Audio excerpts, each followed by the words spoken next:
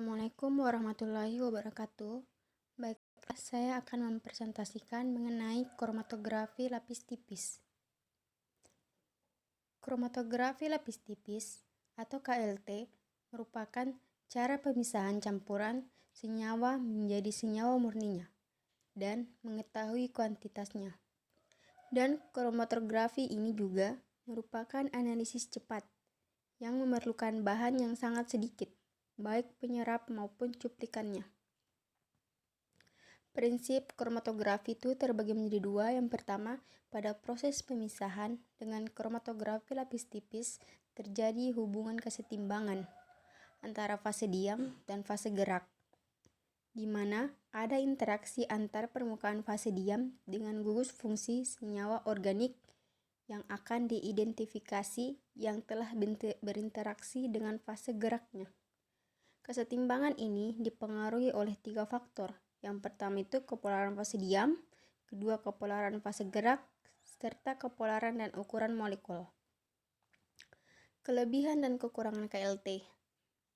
Beberapa kelebihan KLT yang pertama yaitu KLT lebih banyak digunakan untuk tujuan analisis.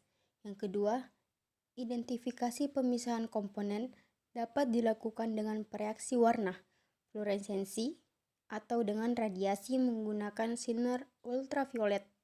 Yang ketiga, dapat dilakukan elusi secara mekanik atau ascending, menurun atau descending, atau dengan cara elusi 2 dimensi.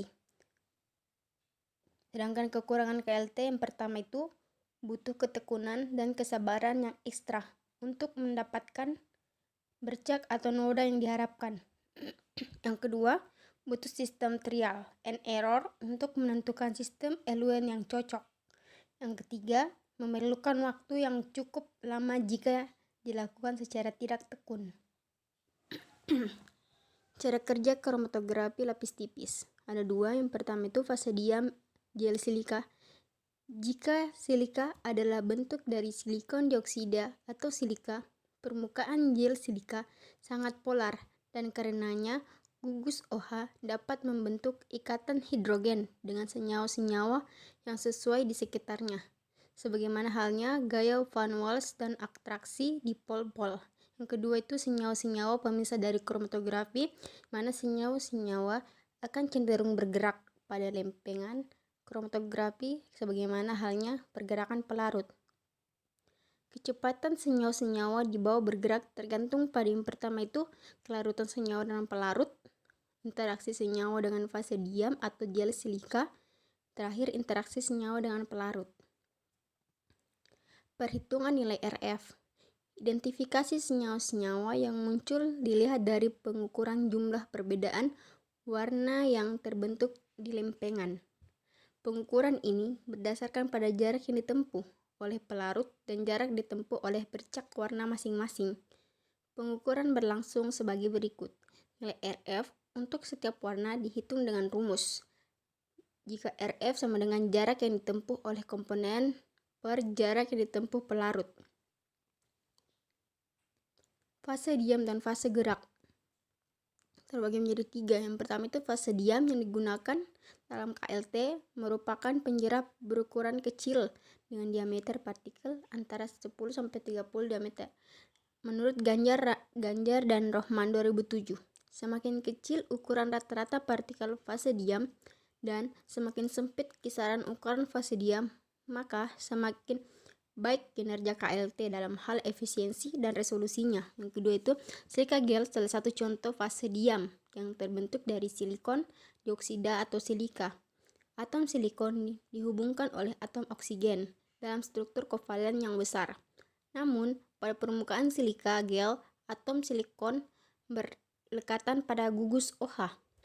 Jadi, pada permukaan gel silika terdapat ikatan Si, OH, H. Selain Si, O, Si, gambar yang selanjutnya akan menunjukkan bagian kecil dari permukaan silika. Menurut Kelly dan Hans 2002, fase diam yang sering digunakan pada KLT. Pada fase diam itu silika gel, mekanisme sorpsinya itu absorpsi, sedangkan penggunaannya itu asam amino dihidrokarbon, vitamin alkaloid. Fase diam serbuk selulosa, sedangkan mekanisme sarposinya itu serbuk selulosa, penggunaan itu asam amino, nukleotida, karbohidrat. Fase diam selulosa penukaran ion, mekanisme sorpsi, menurut sorpsi itu pertukaran ion. Penggunaannya asam nukleat, nukleotida, halida, dan ion-ion logam. Fase diam Gale-Cephadex, menurut mekanisme sorpsinya itu eksklusi, penggunaannya itu polimer protein kompleks logam. Fase diam dari beta siklodextrin, menurut mekanisme sorpsinya itu interaksi absorpsi stereospesifik. Menurut penggunaannya campuran Yancy-Moore. Itulah tadi hasil presentasi saya. Kurang dan lebihnya mohon dimaafkan. Wabillahi taufiq wal hidayah. Wassalamualaikum warahmatullahi wabarakatuh.